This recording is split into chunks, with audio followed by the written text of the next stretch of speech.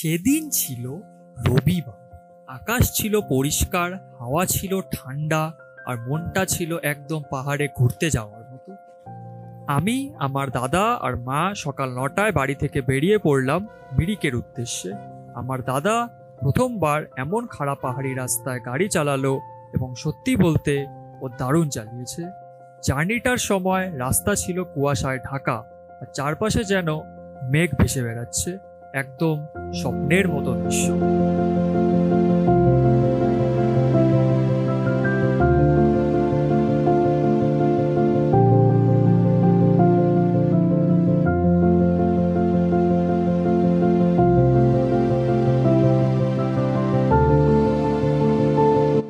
দুপুর ঠিক 12টা নাগাদ আমরা পৌঁছাই মিরিকে।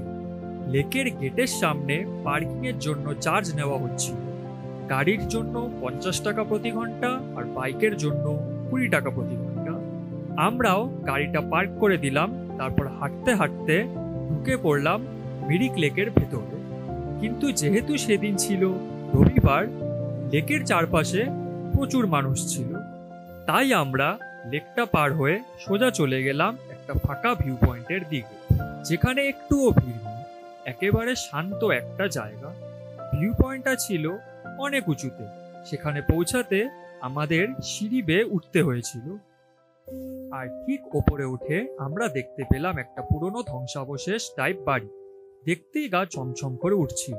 জানলাগুলো ভাঙা, আর ভেতর থেকে যেন কেউ তাকিয়ে দেখছে এমন অনুভূতি হচ্ছিল, ঠিক যেন কোনো হরর সিনেমার সেটের মতো। একেবারে ভুতুড়ে বাড়ি।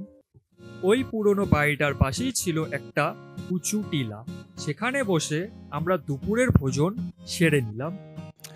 তো গাইজ, আমরা চলে এসেছি আজকে মিরিকে। আমরা শিলিগুড়ি থেকে জার্নি স্টার্ট করেছি, আর 2 ঘন্টা লাগলো আমরা যেখান থেকে জার্নি স্টার্ট করেছি। আর এখন আমরা মিরিকে আছি। দেখুন, মিরিকে দেখতে পাচ্ছেন আপনি। মিরিকের অনেক উঁচু জায়গায়, ওখানে ওই দেখতে পাচ্ছেন দাদা আছে, আমার মা আছে, ওরা খাবার খাবে।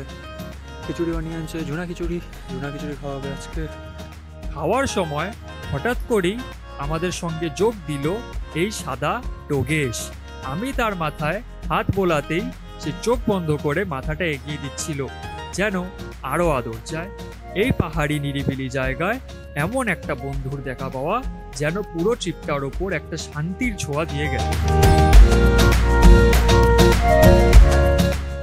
ওপারে বসে থাকতে থাকতে হঠাৎ চোখে পড়ল একটা ঘোড়া গড়াগড়ি দিচ্ছিল ঘাসে, যেন শরীরটা ভীষণ চুলকাচ্ছে।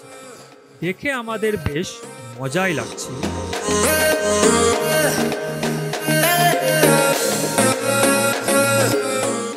এইভাবে দেখতে দেখতে আমাদের মিরিক ঘোরার 1 ঘন্টা শেষের দিকে চলে এলো। আমরা ধীরে ধীরে গাড়ির দিকে ফিরে এলাম, আর তারপর রওনা হলাম আমাদের পরবর্তী গন্তব্যের পথে।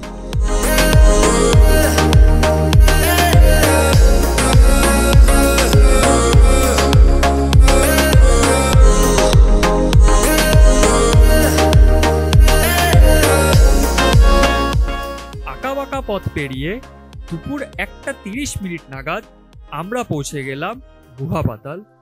গাড়ি থেকে নেমেই আমরা হেঁটে চলে গেলাম মেইন ভিউ পয়েন্টের দিকে।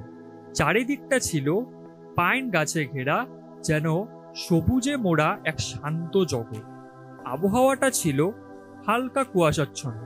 হাওয়ার কুয়াশা মিশে জায়গাটা হয়ে উঠেছিল আরো মোহময়। এক সময় হঠাৎ করেই শুরু হলো টিপ টিপ বৃষ্টি। আমরা ভিজে যাওয়ার আগেই আবার হাঁটা ধরলাম গাড়ির দিকে, হৃদয়ে ভরে থাকা একটা শান্তিময় মুহূর্ত দেখে।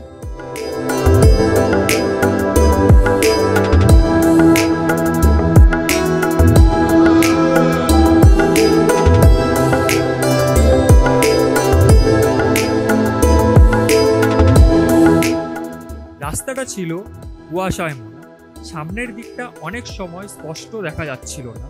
আর সেই রহস্যময় আবহেই আমরা ধীরে ধীরে এগিয়ে যাচ্ছিলাম সীমান্তের দিকে। দুপুর ঠিক 2টা নাগাদ আমরা পৌঁছালাম পশুপতি ফটকে। পশুপতি ফটক আসলে ভারতের শেষ সীমান্ত, আর তার ওপারে শুরু নেপালে। আমরা গাড়িটা পশুপতি ফটকের কাছে পার্ক করলাম। তারপর এগিয়ে গেলাম বর্ডার সিকিউরিটি গার্ডের কাছে। জিজ্ঞেস করলাম ওপারের দিকটা ঘুরে দেখা যাবে কি না। তিনি আমাদের আধার কার্ড দেখতে চাইলেন। তাই যদি কেউ পশুপতি ফটকের ওপার অর্থাৎ নেপালের দিকে যেতে চায় তাহলে অবশ্যই সাথে আধার কার্ড বা নিজের পরিচয়পত্র রাখতে হবে। ওখানে যাচাই করার পরই তবেই ঢোকার অনুমতি মেলে। অনুমতি পাওয়ার পর আমরা কিছুটা হেঁটে ঢুকে পড়লাম নেপালের ভেতরে। একটু হাঁটার পরই জানতে পারলাম পশুপতি মার্কেট এখান থেকে অনেকটা দূরে। গাড়ি নিয়ে যেতে চাইলে পারমিশনের জন্য অবশ্যই গাড়ির সব আসল কাগজপত্র আর নিজের পরিচয়পত্র সঙ্গে থাকা জরুরি। গাড়ির আসল ডকুমেন্টস না থাকায় আমরা পরবর্তী গন্তব্যস্থলের দিকে এগিয়ে গেলাম। আপনারা পরের ভিডিওতে পশুপতি বাজার দেখতে চাইলে অবশ্যই কমেন্ট করে জানাবেন।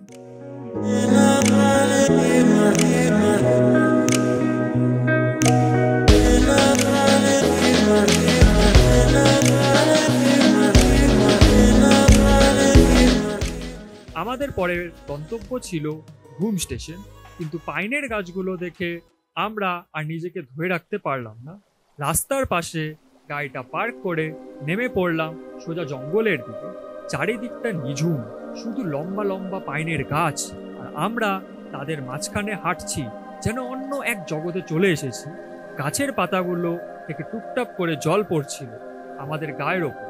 চারিদিকে এতটাই কুয়াশা ছিল দেখে মনে হচ্ছিল যেন ডিসেম্বর মাস চলে এসছে। এই মুহূর্তে মনে হচ্ছিল প্রকৃতি যেন নিঃশব্দে বলছে কিছু সময় শুধু আমাদের সঙ্গেই থাকো, ফোন দুনিয়া ভুলে গিয়ে এই সবুজে ডুবে যাও।